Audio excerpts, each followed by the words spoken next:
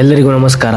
ನಾನು ನಮ್ಮ ಕೊನೆಯ ವಿಡಿಯೋದಲ್ಲಿ ಕೊಡಗಿನ ಅತ್ಯಂತ ಪ್ರಮುಖ ದೇವಸ್ಥಾನವಾದ ಶ್ರೀ ಪಾಡಿ ಇಗ್ಗುತ್ತಪ್ಪ ದೇವಸ್ಥಾನದ ಬಗ್ಗೆ ತಿಳಿಸಿಕೊಟ್ಟಿದ್ದೆ. ಈ ವಿಡಿಯೋದಲ್ಲಿ ಇನ್ನಷ್ಟು ಅದರ ಇತಿಹಾಸಗಳ ಬಗ್ಗೆ ಹಾಗೆ ಅಲ್ಲಿನ ವಿಶೇಷತೆಗಳ ಬಗ್ಗೆ ತಿಳ್ಕೊತಾ ಹೋಗೋಣ. ನಮ್ಮ ಚಾನೆಲ್ ಇನ್ನೂ ಸಬ್ಸ್ಕ್ರೈಬ್ ಮಾಡಿಲ್ಲ ಅಂತಂದ್ರೆ ಈ ಕೂಡಲೇ ಸಬ್ಸ್ಕ್ರೈಬ್ ಮಾಡಿ. ಕೊಡಗಿನ ಕಕ್ಕಬ್ಬೆ ಎಂಬಲ್ಲಿನ ಪ್ರಸಿದ್ಧ ದೇವಸ್ಥಾನ ಪಾಡಿ ಇಗ್ಗುತ್ತಪ್ಪ ದೇವಸ್ಥಾನ. ಅಂದಿನ ಕೊಡಗಿನ ಅರಸನಾಗಿದ್ದ ಲಿಂಗರಾಜೇಂದ್ರನು ಕ್ರಿಸ್ತಶಕ 1810ರಲ್ಲಿ ದೇವಸ್ಥಾನವನ್ನು ನಿರ್ಮಾಣ ಮಾಡ್ತಾರೆ. ಲಿಂಗರಾಜೇಂದ್ರನ ಆಳ್ವಿಕೆಯಲ್ಲಿ ಈ ದೇವಾಲಯ ಪೂಜಾ ಸ್ಥಳವಾಗಿರುತ್ತೆ. ಬ್ರಿಟಿಷರಿಂದ ಪದಚ್ಯುತಗೊಂಡ ಲಿಂಗರಾಜೇಂದ್ರನ ಪುತ್ರ ವೀರ ರಾಜೇಂದ್ರನ ಬಳಿಕ ದಿವಾನ್ ಅಪರಾಂಧ ಬೋಪಿ ಈ ದೇವಾಲಯವನ್ನ ನವೀಕರಿಸ್ತಾರೆ. ಈ ದೇವಸ್ಥಾನವನ್ನ 2008ರಲ್ಲಿ ಕರ್ನಾಟಕ ಸರ್ಕಾರದಿಂದ ಪುನರ್ ನಿರ್ಮಿಸಲಾಗುತ್ತೆ.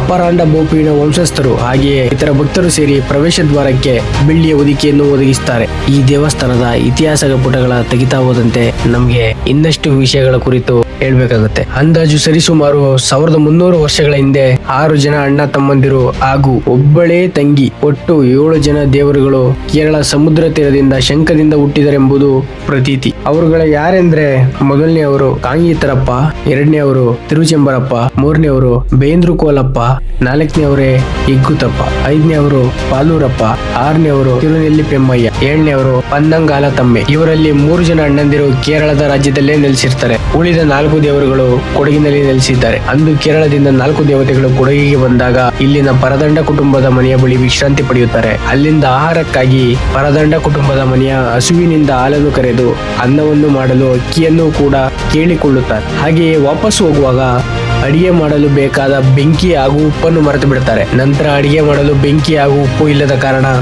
ಪನ್ನಂಗಾಲ ತಮ್ಮೆ ಅವರ ಅಣ್ಣಂದಿರ ಬಳಿ ತಾನು ಬೆಂಕಿ ಇಲ್ಲದೆ ಅನ್ನವನ್ನು ಮಾಡುತ್ತೇನೆ, ಹಾಗೆ ನೀವು ಕೂಡ ಉಪ್ಪು ಇಲ್ಲದ ಅನ್ನವನ್ನು ತಿನ್ನುವಿರಾ ಎಂದು ಕೇಳಿಕೊಳ್ತಾರೆ. ಇದನ್ನು ಅಣ್ಣಂದಿರು ಒಪ್ಕೊಳ್ತಾರೆ. ಅದೇ ಹೊತ್ತಿಗೆ ಅನ್ನವನ್ನ ಬಡಿಸಲು ಬಾಳೆ ಎಲೆ ತರಲು ಇಗ್ಗುತ್ತಪ್ಪ ದೇವರು ಪರದಂಡ ಮನೆ ಬಳಿ ತೆರಳುತ್ತಾರೆ. ಅಲ್ಲಿ ಮನೆಯಲ್ಲಿ ಕುಟುಂಬದವರು ಯಾರು ಇರಲಿಲ್ಲ. ಅದರಿಂದ ಯಾರನ್ನು ಕೇಳದೆ ಬಾಳೆ ಎಲೆಯನ್ನ ಕುಯ್ತಾರೆ. ಇದನ್ನು ನೋಡಿದ ಒಬ್ಬ ಅಜ್ಜಿ ಇಗ್ಗುತ್ತಪ್ಪ ದೇವರಿಗೆ ಬೈತಾರೆ. ಮನೆಯಲ್ಲಿ ಯಾರು ಇಲ್ಲದ ಸಂದರ್ಭ ನೋಡಿ ಬಾಳೆ ಎಲೆಯನ್ನು ಯಾಕೆ ತೆಗೆದಿದ್ಯಾ? ಇದರಿಂದ ಸಿಟ್ಟಾದ ಇಗ್ಗುತ್ತಪ್ಪ ದೇವರು ಇನ್ನು ಮುಂದೆ ಈ ಸ್ಥಳದಲ್ಲಿ ಬಾಳೆ ಮರ ಬೆಳೆಯುವುದಿಲ್ಲ ಅಂತ ಶಾಪ ನೀಡ್ತಾರೆ. ಇದರಿಂದ ಭಯಗೊಂಡ ಅಜ್ಜಿ ಯಜಮಾನನ ಬಳಿ ತಿಳಿಸ್ತಾರೆ. ಯಜಮಾನನಿಗೆ ಬಾಳೆ ಎಲೆಯನ್ನು ತೆಗೆಯಲು ಬಂದವರು ದೇವರ ಅವತಾರವೆಂದು ತಿಳಿಯದಿದ್ದರಿಂದ ಇಗ್ಗುತ್ತಪ್ಪ ದೇವರ ಬಳಿ ಕ್ಷಮೆಯನ್ನು ಕೋರಿ ಪ್ರಾಯಶ್ಚಿತ ಕೇಳ್ತಾರೆ. ಅದಕ್ಕೆ ಒಪ್ಪಿದ ಇಗ್ಗುತ್ತಪ್ಪ ದೇವರು ಕ್ಷಮೆಯನ್ನು ಕೂಡ ನೀಡುತ್ತಾರೆ. ಅಲ್ಲದೆ ಇನ್ನು ಮುಂದೆ ನಾನು ಇಲ್ಲಿಯೇ ನೆಲೆ ನಿಲ್ಲುವುದರಿಂದ ಪ್ರಾಯಶ್ಚಿತಕ್ಕಾಗಿ ನಿಮ್ಮ ಕುಟುಂಬ ಇನ್ನು ಮುಂದೆ ನನ್ನ ತಕ್ಕರಾಗಿರಬೇಕು ಅಂತ ಹೇಳ್ತಾರೆ. ಅದಾದ ನಂತರ ವರ್ಷದ ಎಲ್ಲ ಹಬ್ಬಗಳಿಗೂ ನಿಮ್ಮ ಕುಟುಂಬದಿಂದ ಎತ್ತು ಹೋರಾಟ ಹಾಗೂ ಪ್ರತಿ ನೈವೇದ್ಯಕ್ಕೆ ಸಣ್ಣ ಅನ್ನ ನೀಡಬೇಕೆಂದು ಕೇಳ್ತಾರೆ. ಅಂದಿನಿಂದ ಪರದಂಡ ಕುಟುಂಬದವರು ಇಗ್ಗುತ್ತಪ್ಪ ದೇವರ ತಕ್ಕರಾಗಿರ್ತಾರೆ. ಅಷ್ಟೊತ್ತಿಗೆ ತಂಗಿಯಾದ ಪನ್ನಂಗಾಲ ತಮ್ಮೆ ಅನ್ನವನ್ನು ಮಾಡಲು ಅಕ್ಕಿಯನ್ನು ಹಾಲಿನೊಂದಿಗೆ ಬೆರೆಸಿ ಬಿದಿರಿನ ಕೊಟ್ಟೆಯಲ್ಲಿ ಹಾಕಿ ಅಂಬಲ ಹೊಳೆಯ ದಡದಲ್ಲಿರೋ ಬಿಸಿ ಮರಳಿನ ಅಡಿಯಲ್ಲಿ ಹೂಳ್ತಾರೆ. ಅದು ಮರಳಿನ ಬಿಸಿಗೆ ಕುದ್ದು ಅನ್ನವಾಗುತ್ತೆ. ತಯಾರಾದ ಅನ್ನವನ್ನ ಪನ್ನಂಗಾಲ ತಮ್ಮೆ ಅಣ್ಣಂದಿರಿಗೆ ಇಗ್ಗುತ್ತಪ್ಪ ತಂದ ಬಾಳೆ ಎಲೆಯಲ್ಲೇ ಬಡಿಸ್ತಾರೆ. ಉಪ್ಪಿಲ್ಲದ ಊಟವನ್ನ ತಿಂದ ಅಣ್ಣಂದಿರಿಗೆ ರುಚಿ ಇಲ್ಲದ ಕಾರಣ ಅನ್ನವನ್ನ ತಿನ್ನದೆ ಮೇಲೆ ಕೆಸೆಯುತ್ತಾರೆ. ಇದರಿಂದ ಸಿಟ್ಟಾದ ತಂಗಿ 3 ಜನ ಅಣ್ಣಂದಿರಿಗೂ ಸಟ್ಟಗದಿಂದ ಹೊಡೆಯುತ್ತಾರೆ. ಇದಕ್ಕೆ ಪ್ರತಿಯಾಗಿ ತಂಗಿಯನ್ನ ಹೇಗಾದ್ರೂ ಮಾಡಿ ಸೋಲಿಸಬೇಕೆಂದು ಅಣ್ಣಂದಿರು ಅದರ ಯೋಜನೆಯ ಪ್ರಕಾರ ಅಣ್ಣಂದಿರು ಅಡಿಕೆ ಮತ್ತೆ ವೀಳ್ಯದೆಲೆಯನ್ನು ತಿನ್ನಲು ಪ್ರಾರಂಭಿಸ್ತಾರೆ. ತಿನ್ನುವ ಸಂದರ್ಭದಲ್ಲಿ ಯಾರ ಬಾಯಿ ಕೆಂಪಾಗೈತೆ ಅಂತ ನೋಡ್ಬೇಕು ಅಂತ ಕೈಗೆ ಉಕ್ಕೊಂಡು ನೋಡ್ತಾರೆ. ಉಗುಳಿದ ಎಂಜಲನ್ನ ಎತ್ತಿ ತಲೆಯ ಮೇಲಿಂದ ಹಿಂದಕ್ಕೆ ಎಸೆಯುತ್ತಾರೆ. ಇದನ್ನ ಸರಿಯಾಗಿ ಗಮನಿಸದ ತಂಗಿ ಉಗುಳಿದ ಎಂಜಲನ್ನು ವಾಪಸ್ಸು ತನ್ನ ಬಾಯಿಗೆ ಹಾಕುತ್ತಾರೆ. ಆಗ ಅಣ್ಣಂದಿರು ನೀನು ಉಗುಳಿದ ಎಂಜಲನ್ನು ಪುನಃ ತಿಂದದ್ದು ದೇವರ ಕುಲಕ್ಕೆ ಇದು ಒಳ್ಳೆಯದಲ್ಲ ಎಂದು ಹೇಳಿ ಕುಲ ಬದಲು ಮಾಡುತ್ತಾರೆ. ಹಾಗೆ ಅಣ್ಣಂದಿರಿಂದ ಬೇರ್ಪಟ್ಟ ತಂಗಿ ಪನ್ನಂಗಾಲ ತಮ್ಮೆ ಎಂಬಲ್ಲಿ ನೆಲೆ ನಿಲ್ಲುತ್ತಾರೆ. ಅಲ್ಲಿಂದ ಹೊರಟ ಉಳಿದ 3 ಜನ ಅಣ್ಣಂದಿರು ಮುಂದೆ ಹೋಗಿ ಇಗ್ಗುತ್ತಪ್ಪ ದೇವರು ತಾವೇ ಮೊದಲು ಬಾಣ ಹೊಡೆದು ಬಾಣ ಬಿದ್ದ ಸ್ಥಳವಾದ ಅಮ್ಮಂಗೇರಿಯಲ್ಲಿ ಈಗಿನ ದೇವಾಲಯ ಇರುವ ಸ್ಥಳ ಅಲ್ಲೇ ನೆಲೆಸ್ತಾರೆ. ಹಾಗೂ ಪಾಲೂರಿನಲ್ಲಿ ಪಾಲೂರಪ್ಪ ಹಾಗೆ ತಿರುನೆಲ್ಲಿಯಲ್ಲಿ ಪೆಮ್ಮಯ್ಯ ನೆಲೆ ನಿಲ್ತಾರೆ. ಹೀಗೆ ದೇವರ ಅವತಾರದಲ್ಲಿ ಜನಿಸಿ ಬಂದ ಸಹೋದರ ಸಹೋದರಿಯರು ತಮ್ಮ ತಮ್ಮ ಸ್ಥಾನದಲ್ಲಿ ಲೋಕ ಕಲ್ಯಾಣಕ್ಕಾಗಿ ನೆಲೆ ನಿಲ್ತಾರೆ. ಇಗ್ಗುತ್ತಪ್ಪ ದೇವರು ಹಾಗೆ ಪುತ್ರಿ ಹಬ್ಬ ಹೇಗೆ ಶುರುವಾಯಿತು ಅಂದ್ರೆ ಇಗ್ಗುತ್ತಪ್ಪ ದೇವರಿಗೆ ಪುತ್ರಿ ಹಬ್ಬ ಅನ್ನೋದು ಪ್ರಾರಂಭಿಸಿದ ಪ್ರತೀತಿ ಇದೆ. ಈ ಹಿಂದೆ ಕೊಡಗಿನ ಜನರು ತಾವೇ ಬೆಳೆಸಿದಂತಹ ಬೆಳೆಗೆ ಯಾವುದೇ ಸುಗ್ಗಿ ಹಬ್ಬವನ್ನು ಆಚರಣೆ ಮಾಡದೇ ಇರೋ ಸಮಯದಲ್ಲಿ ಶ್ರೀ ಇಗ್ಗುತ್ತಪ್ಪ ದೇವರು ಕೇರಳದ ಒಣತಮ್ಮೆ ಎಂಬ ಓಣಂ ಹಬ್ಬದ ದೇವತೆಯನ್ನು ಕರೆದು ದೇವತೆಯ ಕೈಯಿಂದ ಒಂದು ಚೆಂಬನೆ ಓಲೆಯನ್ನೊಳಗೊಂಡ ಗಂಟನ್ನು ತರ್ತಾರೆ. ಕೃತಿಕಾ ನಕ್ಷತ್ರದಲ್ಲಿ ಹಬ್ಬ ಆಗ್ಬೇಕು, ರೋಹಿಣಿ ನಕ್ಷತ್ರದಲ್ಲಿ ಕದಿರು ತೆಗೆದರೆ ಶುಭವಾಗುವುದು ಎಂದು ಬರೆದಿರ್ತಾರೆ. ಆ ದಿನ ಹುಣ್ಣಿಮೆಯ ಒಂದು ದಿನ ಹಿಂದೆ ಅಥವಾ ಮುಂದೆ ಇರಬಹುದು. ಹಾಗೆ ಪುತ್ತರಿ ಹಬ್ಬ ಈ ದೇವಾಲಯಕ್ಕೆ ಪ್ರಮುಖವಾದ ಹಾಗೂ ದೊಡ್ಡದಾದ ಹಬ್ಬವಾಗಿದೆ. ಹಬ್ಬದ ದಿನಾಂಕನ 15 ದಿನಗಳ ಮುಂಚೆಯೇ ನಿಗದಿ ಮಾಡುತ್ತಾರೆ. ಕೊಡಗಿನ ಕಕಬೆಯಲ್ಲಿರೋ ಈ ದೇವಸ್ಥಾನ ಮಳೆಯ ದೇವರೆಂದೇ ಪ್ರಸಿದ್ಧಿ ಪಡೆದಿದೆ. ಈ ದೇವಸ್ಥಾನದಲ್ಲಿ ಬೆಳ್ಳಿ ಆನೆಯನ್ನ ಪೂಜಿಸ್ತಾರಂತೆ.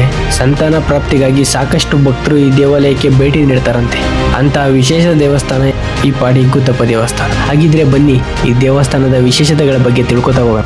ಮಡಿಕೇರಿಯಿಂದ 35 ಕಿಲೋಮೀಟರ್ ದೂರ, ಹಾಗೆ ಕಕಬೆಯಿಂದ 3 ಕಿಲೋಮೀಟರ್ ದೂರ, ಕರ್ನಾಟಕದ ಕೊಡಗಿನ ಜಿಲ್ಲೆಯಲ್ಲಿ ಈ ಪವಿತ್ರ ಹಿಂದೂ ದೇವಾಲಯ ಕಂಡುಬರುತ್ತೆ. ಕೂರ್ಗ್ನಲ್ಲಿನ ತೀರ್ಥಯಾತ್ರೆಯ ಅತ್ಯುತ್ತಮ ಸ್ಥಳಗಳಲ್ಲಿ ಇದು ಒಂದು. ದೇವಸ್ಥಾನವು ಕೊಡವ ಜನಾಂಗದಿಂದ ಇಗ್ಗುತ್ತಪ್ಪ ಎಂದು ಕರೆಯಲ್ಪಡುವ ಸುಬ್ರಹ್ಮಣ್ಯನಿಗೆ ಅರ್ಪಿತವಾಗಿದೆ. ವಿಶೇಷವಾಗಿ ಕೊಡವರ ಜನರಿಗೆ ಅವರು ಮಳೆ ಮತ್ತು ಬೆಳೆಗಳ ದೇವತೆ ಎಂದೇ ಕರೆಯುತ್ತಾರೆ.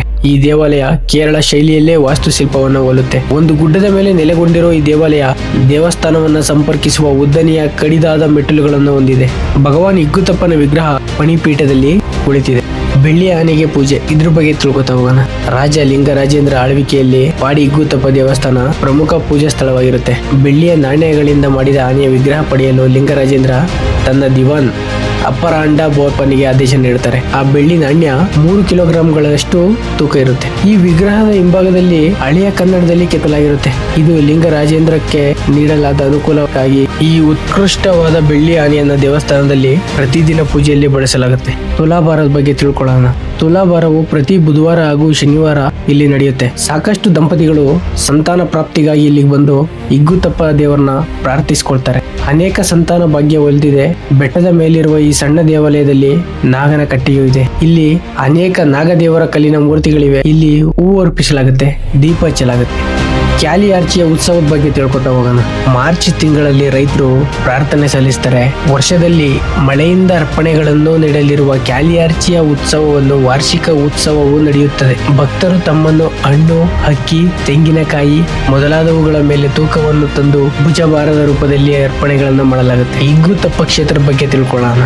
ಇಗ್ಗುತ್ತಪ್ಪ ದೇವರಿಗೆ ಮಾಲ್ಮಾದಲ್ಲಿ ಮುಖ್ಯ ದೇವಸ್ಥಾನವನ್ನು ನಿರ್ಮಿಸಲಾಗುತ್ತೆ. ಆ ನಂತರ ಪಾಡಿ, ನೆಲಾಜಿ ಮತ್ತೆ ಪೆರೂರ್ ಈ ಸ್ಥಳಗಳಲ್ಲಿ ಇಗ್ಗುತ್ತಪ್ಪನ ದೈವಿಕ ಶಕ್ತಿ ಮತ್ತು ಜ್ಞಾನವನ್ನ ಹರಡುತ್ತಾರೆ. ಅಂದಿನಿಂದ ಈ ಸ್ಥಳ ಇಗ್ಗುತ್ತಪ್ಪ ಕ್ಷೇತ್ರ ಎಂದು ಪ್ರಸಿದ್ಧವಾಗುತ್ತೆ. ಈ ಇಗ್ಗುತ್ತಪ್ಪ ದೇವರು ಇಲ್ಲಿನ ಶಿವಲಿಂಗ ರೂಪದಲ್ಲಿದೆ, ಜೊತೆಗೆ ನಾಗನ ಹೆಡೆಯಿಂದ ಆವರಿಸಿದೆ. ಆದ್ದರಿಂದ ಇದನ್ನ ಇಗ್ಗುತ್ತಪ್ಪ ಮಹಾದೇವ, ಸುಬ್ರಹ್ಮಣ್ಯ, ಸುಬ್ಬರಾಯರು, ಈಶ್ವರ ಇಗ್ಗುತ್ತಪ್ಪ ಈ ತರ ಇತ್ಯಾದಿ ಹೆಸರಿನಿಂದ ಕರೆಯಲಾಗುತ್ತೆ. ಶ್ರೀ ಇಗ್ಗುತ್ತಪ್ಪ ದೇವರು ಕೂರ್ಗ್ ಜನರಲ್ಲಿ ಅತ್ಯಂತ ಪೂಜಿಸುವ ಮತ್ತೆ ನೆಚ್ಚಿನ ದೇವತೆಯಾಗಿದೆ. ಮಳೆ ದೇವರು ಇಗ್ಗುತ್ತಪ್ಪನ ಬಗ್ಗೆ ತಿಳ್ಕೊಳ್ಳೋಣ. ಆಗ್ಲೇ ಹೇಳ್ದಂಗೆ ಇಗ್ಗುತ್ತಪ್ಪನ ಮಳೆ ದೇವರು ಅಂತ ಕರೀತಾರೆ ಕೊಡವರು. ಹಾಗೆ ಅರಭಾಷೆ ಗೌಡ್ರು, ಕೃಷಿಕರು ಮಳೆಗಾಗಿ ಇಗ್ಗುತ್ತಪ್ಪನ ಪ್ರಾರ್ಥಿಸ್ತಾರೆ. ಈ ಮೂಲಕ ಅವರು ಉತ್ತಮ ಬೆಳೆಗಳನ್ನ ಪಡೆಯಬಹುದು ಅಂತ. ಕೊಡಗಿನಲ್ಲಿ ಸುಗ್ಗಿಯ ಉತ್ಸವವಾದ ಉತ್ತರಿ ಸಾಮಾನ್ಯವಾಗಿ ನವೆಂಬರ್ 90ರ ನಂತರ ಅಥವಾ ಡಿಸೆಂಬರ್ ಆರಂಭದಲ್ಲಿ ಓಣಂನ 90 ದಿನಗಳ ನಂತರ ಆಚರಿಸಲಾಗುತ್ತೆ. ಪ್ರತಿ ವರ್ಷ ಭತ್ತವನ್ನು ಮೊದಲ ಬಾರಿಗೆ ಇಗ್ಗುತ್ತಪ್ಪನಿಗೆ ಸೇರಿದ ಕ್ಷೇತ್ರಗಳಲ್ಲಿ ಕೊಯ್ಲು ಮಾಡಲಾಗುತ್ತೆ. ಉತ್ತುರಿ ಸುಗ್ಗಿಯ ಉತ್ಸವದಲ್ಲಿ ವರ್ಷದ ಮೊದಲ ಬೆಳೆಯನ್ನ ಇಗ್ಗುತ್ತಪ್ಪನಿಗೆ ನೀಡಲಾಗುತ್ತೆ. ಈ ಆಚರಣೆ ಕೊಡಗು ಜಿಲ್ಲೆಯಲ್ಲೆಲ್ಲಾ ನಡೆಯುತ್ತೆ. ಭಕ್ತರಿಗೆ ಮಧ್ಯಾಹ್ನದ ಊಟದ ವ್ಯವಸ್ಥೆ ಬಗ್ಗೆ ತಿಳ್ಕೊತಾ ಹೋಗೋಣ. ದೇವಾಲಯದ ಮತ್ತೊಮ್ಮೆ 2008ರಲ್ಲಿ ಪುನರ್ ನಿರ್ಮಾಣ ಮಾಡಲಾಗುತ್ತೆ. ಪ್ರತಿ ಮಧ್ಯಾಹ್ನ ಊಟವನ್ನು ಎಲ್ಲಾ ಭಕ್ತರಿಗೆ ನೀಡಲಾಗುತ್ತೆ. ಕೊಡಗು ಜನರು ವಿಶೇಷವಾಗಿ ಕೊಡಗರು ತಮ್ಮ ಮಕ್ಕಳ ಹೆಸರಲ್ಲಿ ದೇವಾಲಯದಲ್ಲಿ ಈ ಪುಣ್ಯ ಕಾರ್ಯವನ್ನು ನಡೆಸಿಕೊಡ್ತಾರೆ. ಇದಾಗಿತ್ತು ಈ ದೇವಸ್ಥಾನದ ವಿಶೇಷತೆ ಹಾಗೂ ಇತಿಹಾಸ. ಮುಂದಿನ ವಿಡಿಯೋದಲ್ಲಿ ಸಿಗೋಣ ಅಂತ ಹೇಳ್ತಾ ಎಲ್ಲರಿಗೂ ಪವನ ಸಂಚಾರ ಯೂಟ್ಯೂಬ್ ಚಾನೆಲ್ ಕಡೆಯಿಂದ ವಂದನೆಗಳು.